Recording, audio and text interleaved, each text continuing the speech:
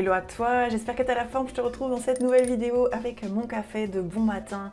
J'espère que tu as la forme, je suis hyper contente de te retrouver ce matin. Donc tu le sais, j'ai 10 minutes pour t'expliquer un concept autour de la vente, du mindset, de l'entrepreneuriat. Et aujourd'hui, on va parler de mindset, sujet que j'aime énormément.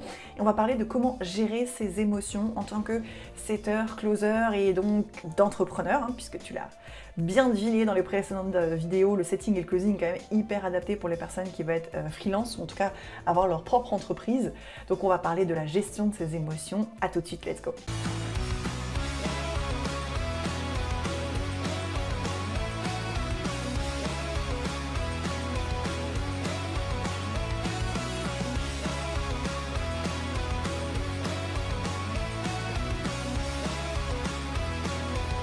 Pourquoi c'est important qu'on parle de ça aujourd'hui? Un entrepreneur, franchement, que ce soit lié au setting ou au closing, de base, c'est quelqu'un qui va faire les montagnes russes en termes d'émotions. Soit ça peut être dans une journée, donc tu commences ta journée, je sais pas, hyper heureux, optimiste, etc. Et bam, t'as une mauvaise nouvelle qui tombe, donc il va falloir tout de suite réagir.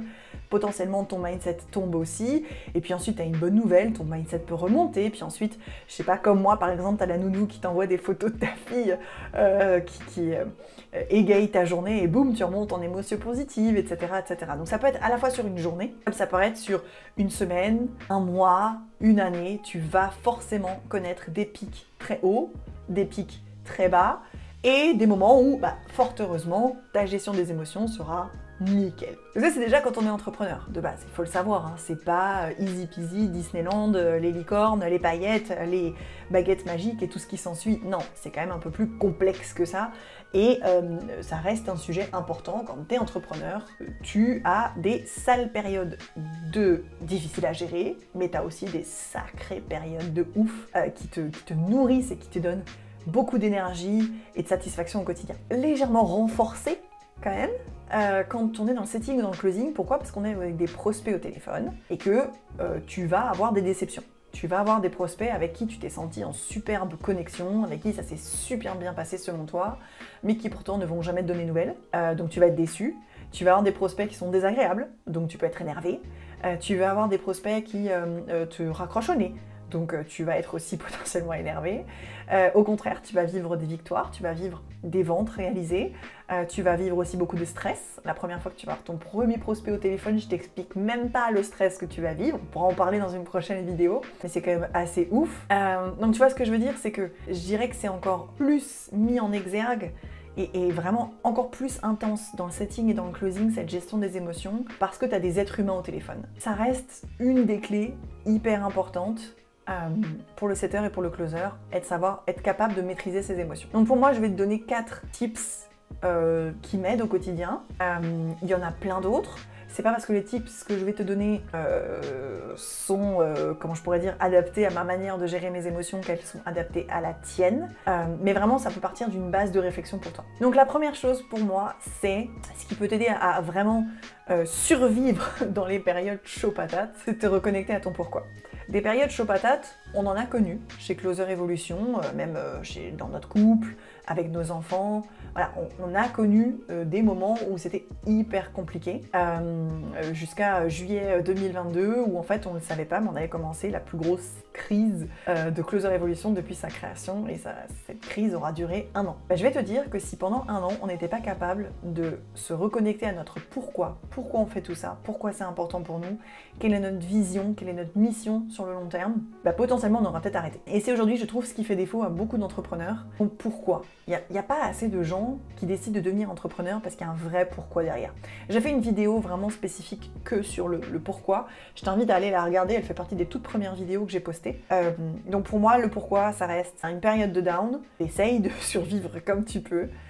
Connecte-toi à ton pourquoi. Le deuxième tip, c'est tout simplement savoir célébrer les victoires. Si tu fais partie de la même team que moi, c'est-à-dire je suis une éternelle insatisfaite. Il y a des victoires en cours de route, bien sûr. Je me dis, ouais, super, peut-être une demi-seconde, et après je passe au next step, où je me dis, ouais, super, ça c'est une victoire, par contre ce point-là, il est encore pas résolu, donc on passe à la résolution de ce point-là. Et donc du coup, j'ai tendance à ne jamais vraiment péter les victoires, et ça c'est un vrai problème, parce que c'est vraiment ce qui aide aussi à tenir au quotidien parce que tu te connectes à tes victoires. Tu vois ce que je veux dire? Dans une période compliquée, tu as l'impression qu'en fait, tout est compliqué. Mais en vrai, il y a des victoires au quotidien. Tu as la petite victoire de base qui peut paraître presque anodine, comme par exemple, je sais pas moi, ton fils qui rentre de l'école et qui est super content d'avoir passé une bonne journée à l'école, ça peut paraître anodin, ça reste une victoire parce que peut-être que tous les autres jours de la semaine, ton fils rentre épuisé, fatigué, et lui aussi qui a une gestion des émotions plutôt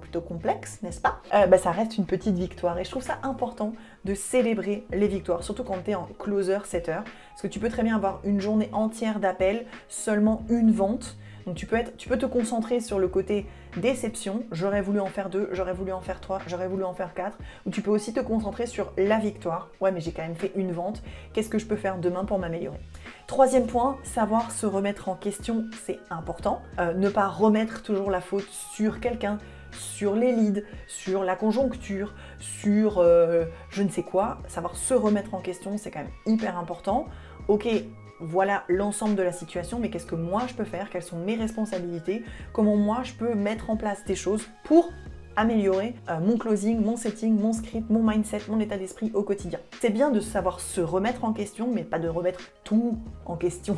Nous, avec Vincent, on a souvent fait partie de la team, genre, il y a un truc qui va pas et on remet tout le truc en question, toute notre stratégie, tout notre script, toute notre connaissance. Non, en fait, tu as besoin de te remettre toi en question, mais ne remets pas tout en question parce qu'il y a des périodes de down dans lesquelles tu vas pas voir le bout du tunnel et donc potentiellement tu vas remettre tout en question alors qu'en fait, le lendemain, tout va s'éclaircir et tout va mieux se passer. Donc vraiment, c'est ok de te remettre en question, c'est ok de te challenger, mais ne remets pas tout en question. Et le quatrième point que j'ai envie de te partager, c'est le mouvement. Ça paraît con, hein, mais en fait, une des meilleures manières de réguler le stress, et donc de réguler vraiment ce côté, tu sais, t'as l'impression que t'as un hamster là-haut en fait, ça fait que tourner blablabla bla, toute la journée dans ta tête et t'as l'impression que ça n'en termine plus jamais. Bouge, mouvement, sors, aère-toi, va marcher, va courir, fais du sport, tu vois, occupe-toi le corps parce que ça va réguler aussi ce qui se passe là-haut. Et c'est pour ça que nous, avec Vincent, on a adopté le bureau debout et aussi le tapis. Et honnêtement, je crois qu'on ne pourra plus jamais s'en passer parce que ça fait partie de nous au quotidien et parce que ça nous aide vraiment à réguler notre stress, à réguler nos émotions et ça nous enlève aussi un peu de sédentarité.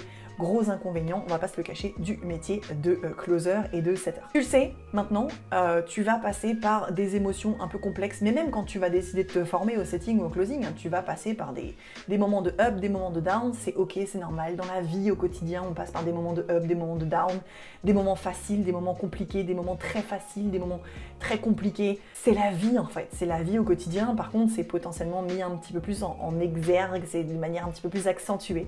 Quand tu es entrepreneur, quand tu es setter et quand tu es closer, à toi de trouver ce qui fonctionne pour toi pour gérer tes émotions. Plus tu es maître de tes émotions, plus tu vas cartonner dans ce que tu fais, c'est certain. J'espère que ça t'a plu, je te dis à demain matin et je te souhaite une très très belle journée.